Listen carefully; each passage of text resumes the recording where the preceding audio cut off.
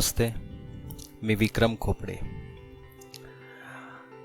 आज या व्हिडिओच्या माध्यमातून मी घेऊन आलेलो आहे गव्हर्नमेंट ई मार्केट प्लेस अंतर्गत रजिस्ट्रेशन प्रक्रिया भाग 1। आज आपण या व्हिडिओच्या माध्यमातून गव्हर्नमेंट ई मार्केट प्लेस अंतर्गत जी रजिस्ट्रेशन प्रक्रिया सुरू होईल त्या रजिस्ट्रेशन संबंधीची जी पदं आहेत त्यांची जबाबदारी व त्यांची रचना समजावून घेणार आहोत। जीएम पोर्टल अंतर्गत खरेदी करण्यासाठी 2 युजरची निर्मिती केलेली आहे। युजर क्रमांक 1 प्रायमरी युजर, युजर क्रमांक 2 सेकंडरी युजर। या 2 युजर्सची रजिस्ट्रेशन प्रक्रिया जोपर्यंत पूर्ण होणार नाही तोपर्यंत जीएम पोर्टल अंतर्गत खरेदी करता येणार नाही। जरी हे युजरचे 2 प्रकार असतील तरी आपण पहिल्यांदा सेकंडरी युजर समजावून घेऊ। आपल्याला प्रायमरी युजर समजणं थोडं सोपं जाईल। सेकंडरी युजर या युजर प्रकारामध्ये एकूण 3 पदांची निर्मिती केलेली आहे। पद क्रमांक 1 बायर, पद क्रमांक 2 कणसायनी, पद क्रमांक 3 पीओ। आता ह्या 3 पदांची जबाबदारी काय असेल तर पद क्रमांक 1 बायर, जीएम पोर्टल अंतर्गत खरेदीची जी प्रक्रिया पूर्ण होईल ती बायर यांच्या लॉग इन मधून पूर्ण होईल। याचा अर्थ आपल्या कार्यालयातील खरेदीचे अधिकार ज्यांना प्राप्त झालेले आहेत किंवा ज्यांना खरेदीचे अधिकार आहेत अशी व्यक्ती बायर म्हणून रजिस्टर होईल। बायर जीएम पोर्टलवर वस्तू शोधणे, त्याची गुणवत्ता निश्चित करणे, डिलिव्हरी ॲड्रेस देणे, त्याची क्वांटिटी देणे या सर्व गोष्टी पूर्ण करून सदर वस्तू अथवा सेवेची खरेदी प्रक्रिया बायर हे पूर्ण करतील। याचा अर्थ असा जीएम पोर्टल अंतर्गत चालणारी संपूर्ण खरेदी प्रक्रिया बायर यांच्या लॉग इन मधून पूर्ण होईल।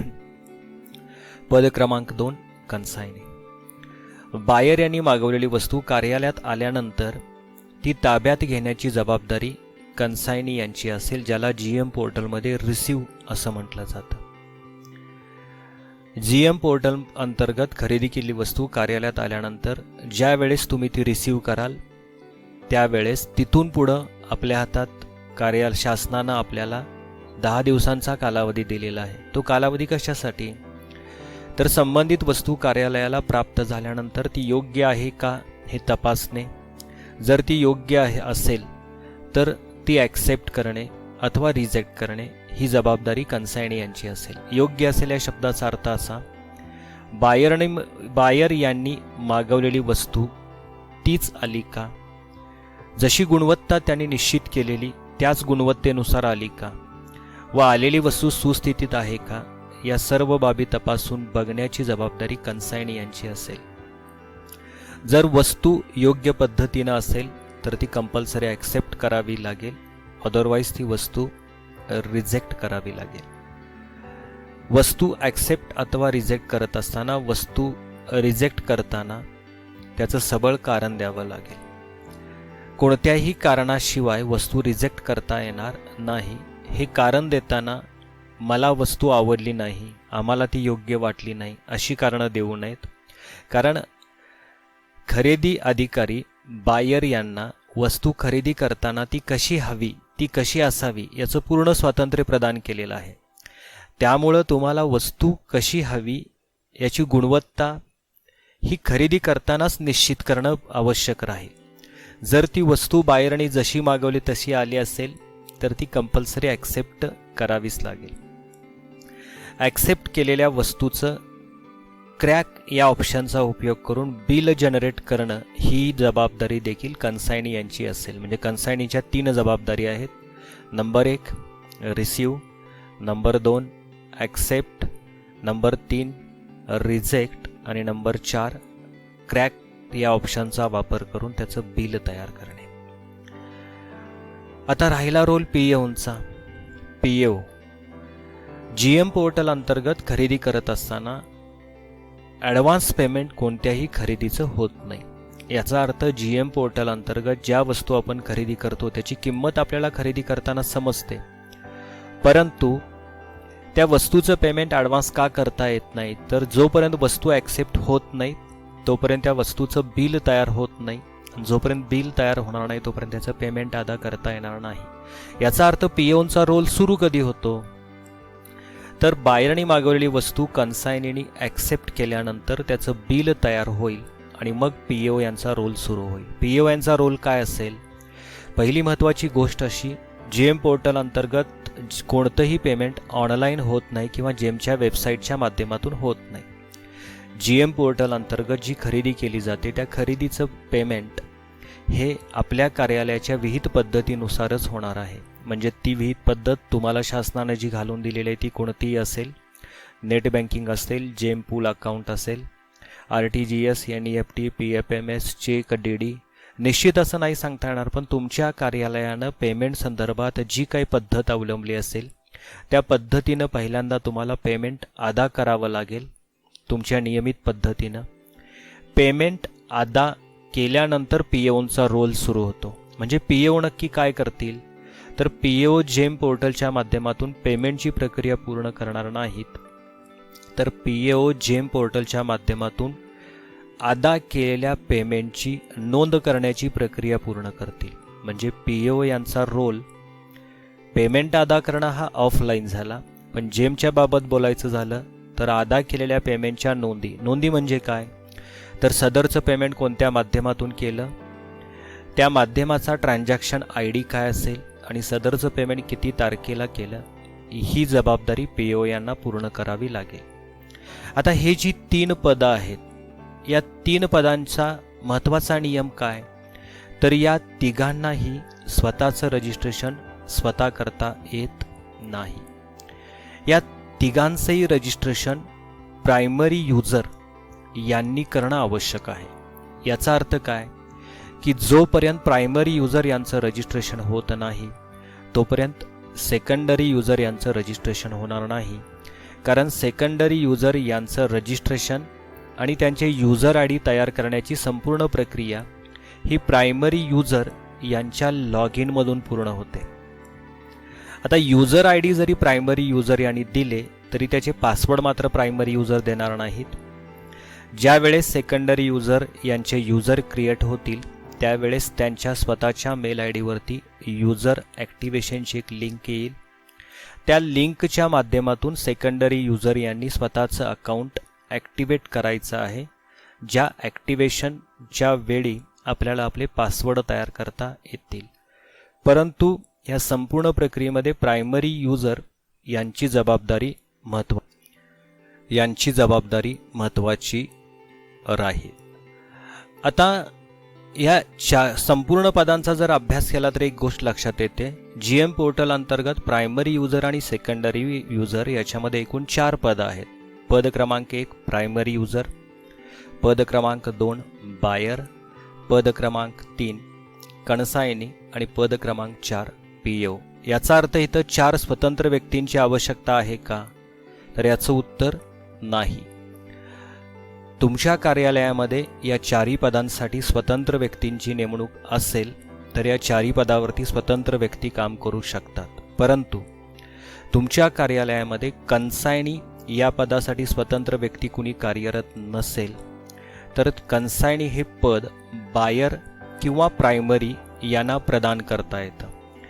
याचा अर्थ बायर यांच्या लॉग इनमधूनच कन्सायनी यांचं काम चालेल किंवा प्रायमरी यांच्या लॉग इनमधूनच कन्सायनी यांचं काम चालेल।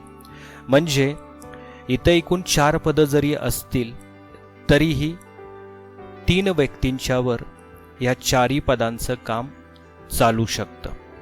अर्थात 4 पदांसाठी स्वतंत्र रचना करायची, स्वतंत्र व्यक्तींची नेमणूक करायची की कन्सायनी हे पद बायर यांना प्रदान करायचं किंवा प्रायमरी यांना प्रदान करायचं, हा प्रश्न तुमच्या कार्यालयाचा असेल। मी फक्त व्यवस्था समजावून सांगितली।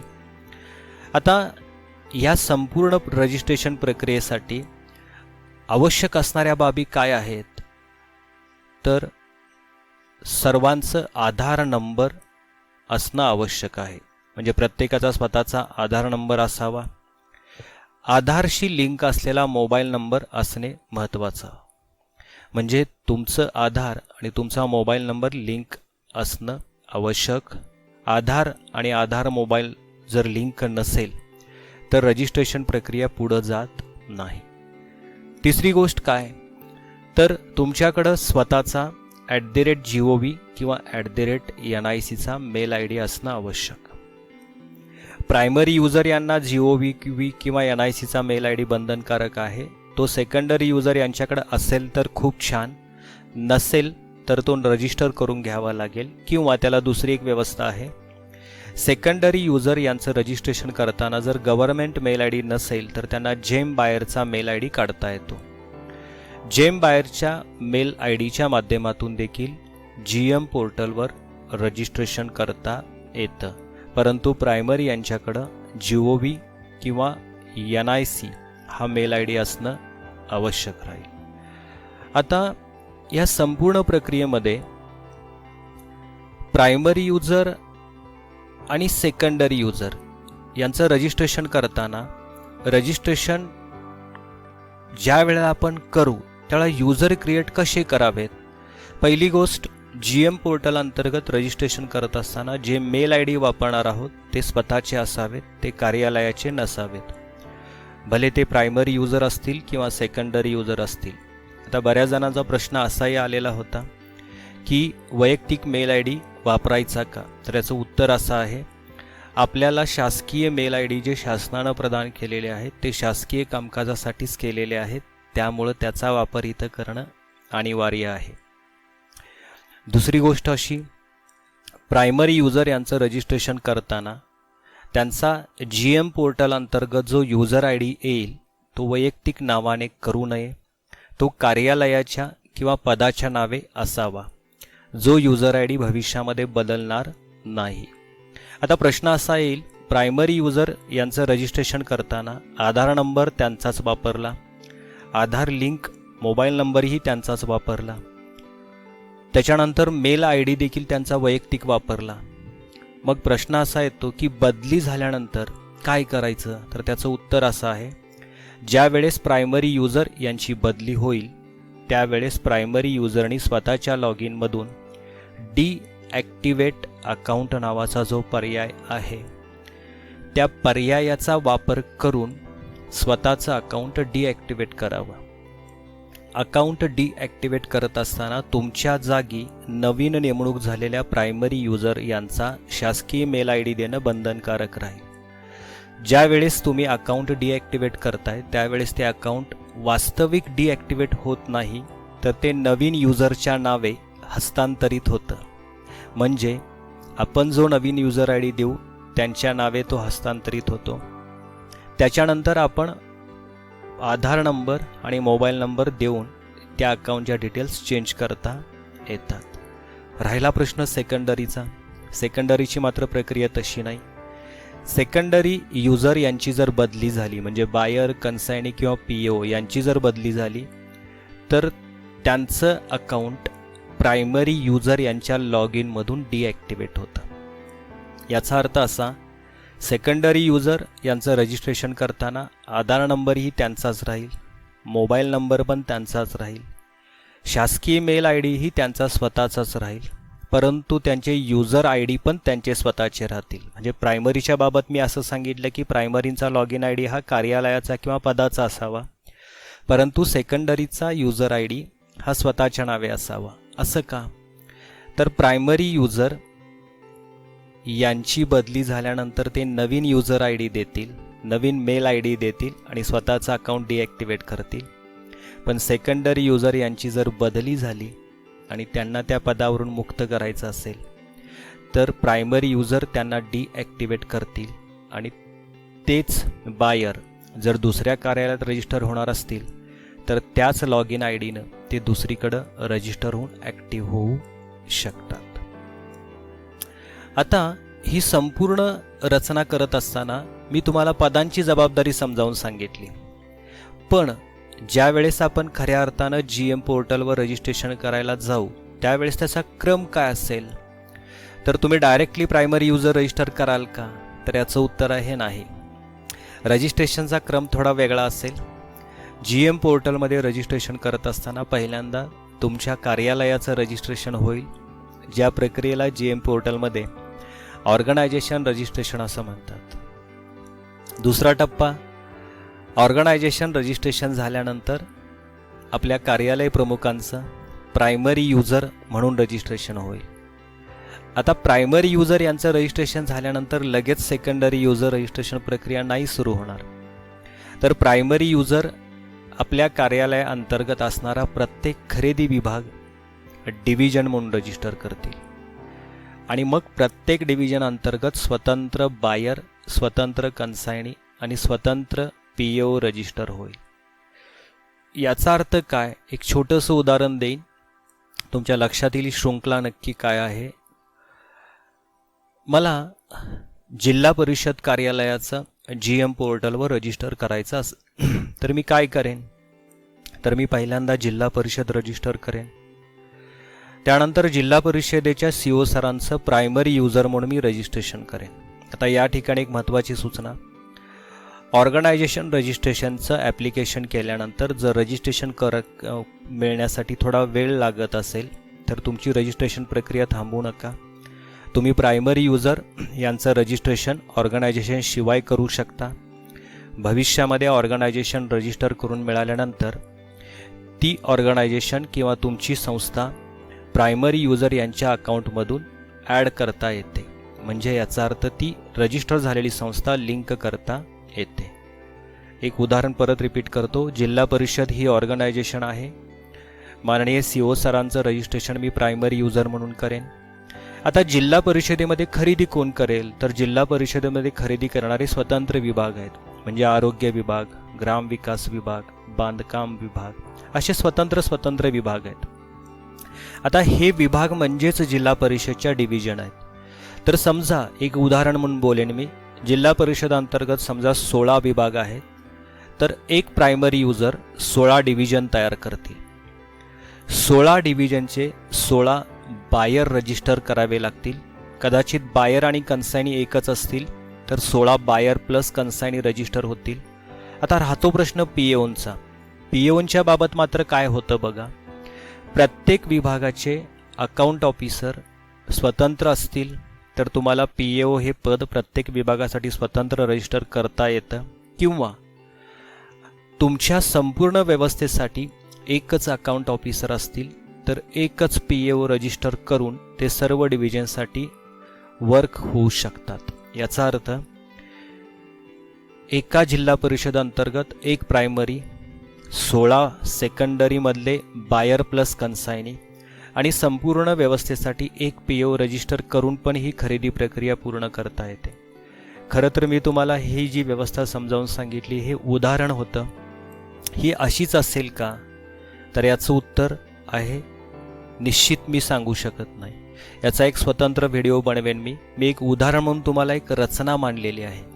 खरं तर याच्या पुढचा जो व्हिडिओ असेल तो उदाहरणासहित त्याचे प्लस मायनस मुद्दे जे असतील त्याच्यासहित मी तुम्हाला मांडेन.